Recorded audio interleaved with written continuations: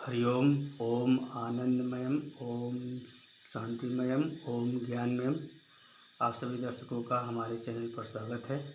आज हम लोग बीएड सेकंड सेमेस्टर के अंतर्गत ज्ञान के स्तर के विषय में अध्ययन करेंगे। ज्ञान क्या है? यदि हम आधुनिक समय में वैज्ञानिक दृष्टिकोण से बात करें तो ज्ञान एक बहुआयामी मानसिक क्रिया है। यानी जो मानसिक क्रिया है वो बहुत सारे दृष्टिकोणों को ध्यान में रखते हुए हम लोग ज्ञान को परिभाषित कर सकते हैं। वैसे जो है ज्ञान जो है हमको 5 ज्ञानें, हमारे शरीर के 5 ज्ञानेंद्रियों द्वारा होता है, जिसमें मुख, जिह्वा, नेत्र, नाक, त्वचा है। यानी शब्द, स्पर्श, रूप, रस, गंध।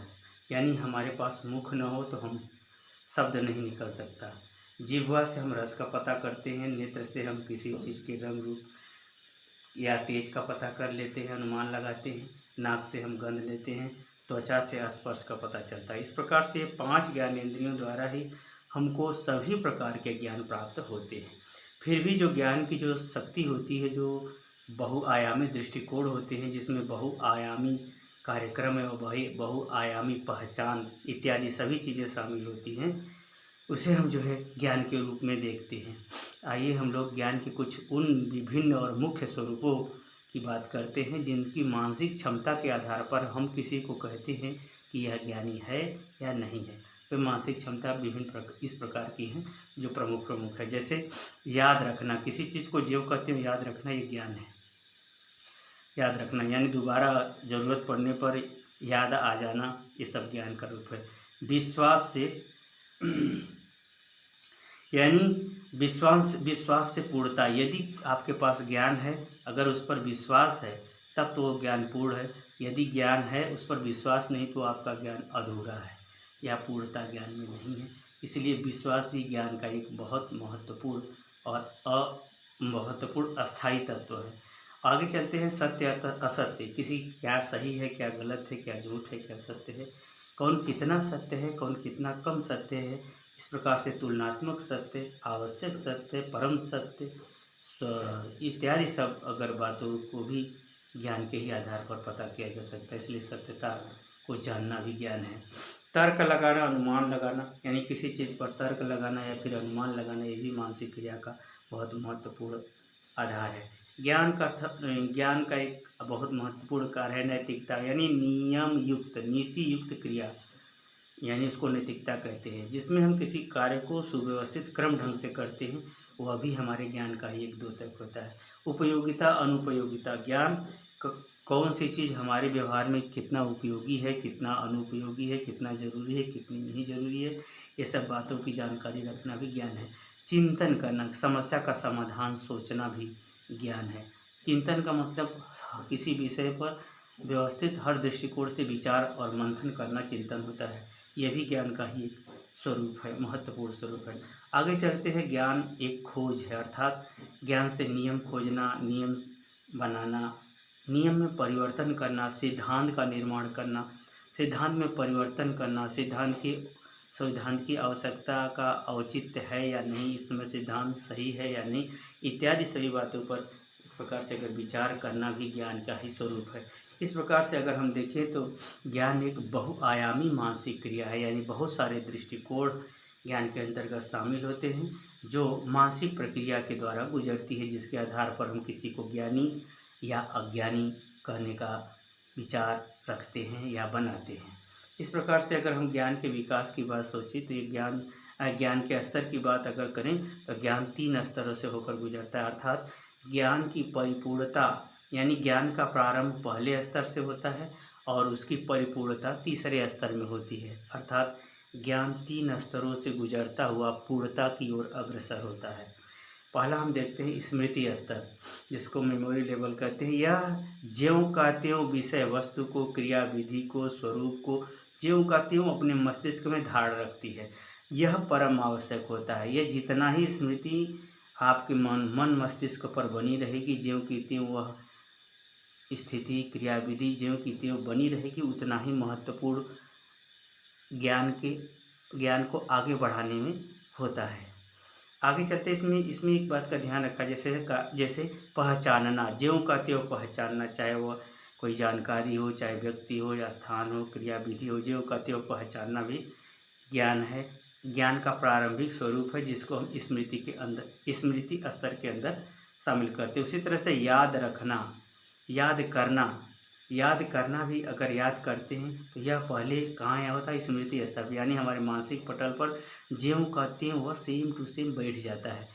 यानी याद करना भी स्मृति स्तर है। पुनः याद करना, यानी आवश्यकता पड़ने पर यदि आप पुनः उसको याद कर ले पा रहे हैं तो आपको कहा जाए कि आपको वह चीज़ याद है।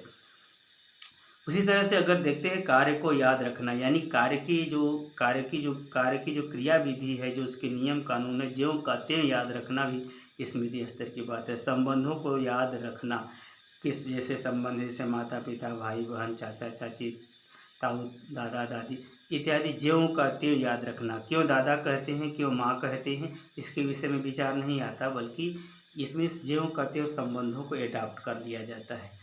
फिर समस्या को पहचानना है, यानी क्या रुकावट है, क्या तकलीफ है, ज्यों का त्यों जो है उसको वैसे ही दिमाग में बैठा। जैसे दर्द में बच्चा समझ जाएगा कि तकलीफ होगी, पीड़ा होती है, यानी ज्यों की त्यों उसको क्या करता है, सेम टू सेम अपने दिमाग में वैसे ही बैठा लेता है। इसमें प्रश्न नहीं करता, इसमें ज्यों करते उसको याद करता जैसे करता जाता है, उसको जो स्मृति स्तर कहते हैं। यद्यपि भारतीय दर्शन के अनुसार स्मृति स्तर का अर्थ ये होता है कि जो अध्ययन के बाद विश्वास की ऐसी पराकाष्ठा जिस पर व्यक्ति पूर्ण रूप से व्यवहार करे, यानी उसके सभी नियमों अंगों का व्यवस्थित और व्यापक पालन करता हुआ आगे बढ़े, तो उसे स्मृति के स्तर कहते हैं। यानी स्मृति ज्ञान की पूर्णता का रूप होता है व्यवहार के अंतर्गत, ऐसा भारतीय दर्शन में कहा गया है।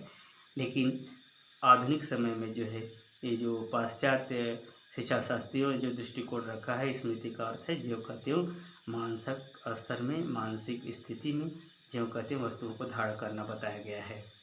अब आते हैं बोध स्तर। बोध स्तर का मतलब होता है कि वह किसी चीज़ को कैसे क्या समझता है, यानी उसका धीरे धीरे स्मृति से अब वो धीरे धीरे अपनापन उसमें दिखाने लगता है, यानी अपना स्वरूप उसमें प्रदर्शित करने लगता है। यानी जिसमें किसी चीज़ को समझना, किसी चीज़ को समझाना, ये सब योग्यताएँ आती है। समायोजित होना, समायोजन करना अर्थात देश काल वातावरण के अनुसार कैसा उचित व्यवहार करना चाहिए, कैसा क्रिया विधि होनी चाहिए, कैसा हाव भाव होना चाहिए, सब जो है बोध स्तर के अंतर्गत उसकी मानसिक क्षमता देखी जाती है। किसी चीज़ को अंतर करना, उसमें समानता क्या है, ये सब। किसी चीज़ को थोड़ा बहुत अपने हिसाब से जांच करना। जब तक आप किसी चीज़ को समझे नहीं लेंगे तब तक आप सही गलत का जांच नहीं कर पाएंगे, यानी जांच करना। उपयोगिता और अनुपयोगिता को समझना, बताना। संबंधों के अनुसार कौन सा कर्तव्य करना चाहिए, कैसा नहीं करना चाहिए, ये सब इत्यादि मानसिक क्षमताएं जो है बोध स्तर के अंतर्गत आती हैं। बोध का मतलब वह अपना उस स्मृति पर अपना उसका क्या विचार है या अपना दृष्टिकोण क्या है, ये देखा जाता है बोध स्तर पर। यदि हम आगे चले हैं, जब स्मृति स्तर जितना अधिक प्रभावी होगा उतना ही अधिक बोध स्तर प्रभावित होगा और उतना ही अधिक चिंतन स्तर भी प्रभावित होगा। चिंतन स्तर में होता क्या है कि जो चीज़ वो अपने से समझा रहता है उसका सही गलत का अनुमान लगाना, उसके औचित्य और अनौचित्य का पता लगाना, ये सब तमाम प्रकार की उसकी मानसिक क्रियाएं उत्पन्न होती हैं या चलती हैं। जैसे तर्क करना, ये कार्य सही है, कैसे सही है, ये कार्य गलत है तो किस प्रकार गलत है, यह बात कहाँ तक सही है, ये सब इत्यादि। जैसे किसी बात को कहाँ तक सत्य है, कहाँ तक सत्य है, किसी राजा की क्यों पराजय हुई, क्यों विजय हुई, ये सब इत्यादि प्रकार का वह तर्क, आधारपूर्ण तर्क, नियम युक्त तर्क करना प्रारंभ करता है। उसी तरह से समस्या का कारण क्या था, वो सब बातों को खोजना, समस्या का समाधान क्या है, इसका भी खोजना, ये सब इत्यादि जो है ऐसी चीज़ों पर उसका मानसिक प्रक्रिया कार्य करने लगती है। ये तब कार्य करने लगती है जब बोध स्तर से उसकी मानसिक क्षमता आगे बढ़ती है। किसी चीज़ की खोज करना, अनुमान लगाना और नियम स्थापित करना, नियम निर्धारित करना, सिद्धांत का बनाना, ये सब तमाम प्रकार की जो मानसिक क्रियाएं हैं वो चिंतन के अंतर्गत आती हैं। यानी किसी चीज़ का क्या प्रभाव पड़ेगा व्यक्ति पर, समाज पर, व्यक्तिगत रूप से, सामाजिक रूप से क्या प्रभाव पड़ेगा, इस सब का भी अनुमान लगाना या पता लगाना, इस पर विचार रखना, ये सब तर्क चिंतन स्तर के अंतर्गत आता है। इस प्रकार से अगर हम देखते हैं तो मानसिक प्रक्रिया स्मृति, अगर जिसको कुछ याद ही नहीं रहेगा वो कुछ सोच समझ भी नहीं पाएगा, जो समझ नहीं पाएगा वो चिंतन भी नहीं कर। चिंतन का अर्थ होता है कि ऐसा विचार, ऐसे ढंग से मानसिक प्रक्रिया का चिंतन स्तर वह स्तर है जिसके अंतर्गत व्यक्ति उन मानसिक क्रियाओं के द्वारा उसके प्रारंभ और अंत तक सभी गतिविधियों के विषय में व्यवस्थित विचार प्रस्तुत करता है या विशेष दृष्टिकोण प्रस्तुत करता है। या ऐसे कहने चिंतन जो है वो मानसिक प्रक्रिया है जो किसी समस्या के समाधान या किसी सिद्धांत का आधार इत्यादि प्रस्तुत करती है, जो मूर्त, अमूर्त, प्रायोगिक, अप्रायोगिक कई रूपों में देखी जा सकती है। इस प्रकार से अगर हम देखें तो स्मृति स्तर जितना प्रभावशाली होगा उतना ही बोध स्तर प्रभावशाली होगा, उतना ही चिंतन स्तर प्रभावशाली होगा। इस प्रकार से ये सभी मानसिक क्रियाएँ, मानसिक क्षमताएँ, सभी मानसिक क्रियाएँ, मानसिक क्षमताएँ ज्ञान के स्तर के रूप में आती हैं। तीनों मिलकर ज्ञान ही कराती हैं। तीनों का एक दूसरे से घनिष्ठ संबंध है, एक दूसरे का आधार है, एक दूसरे का समन्वय स्वरूप है। इसीलिए जो है ज्ञान एक बहुआयामी मानसिक प्रक्रिया है जो इन स्तरों से गुजरती है। मुझे उम्मीद है कि आपको मेरा वीडियो ज़रूर पसंद आया होगा और मैं आशा करता हूं कि यदि आपको पसंद आया है वीडियो तो आप इसे मेरे चैनल को सब्सक्राइब, लाइक, शेयर ज़रूर करेंगे। इसी उम्मीद के साथ आज के लिए इतना ही। नमस्कार।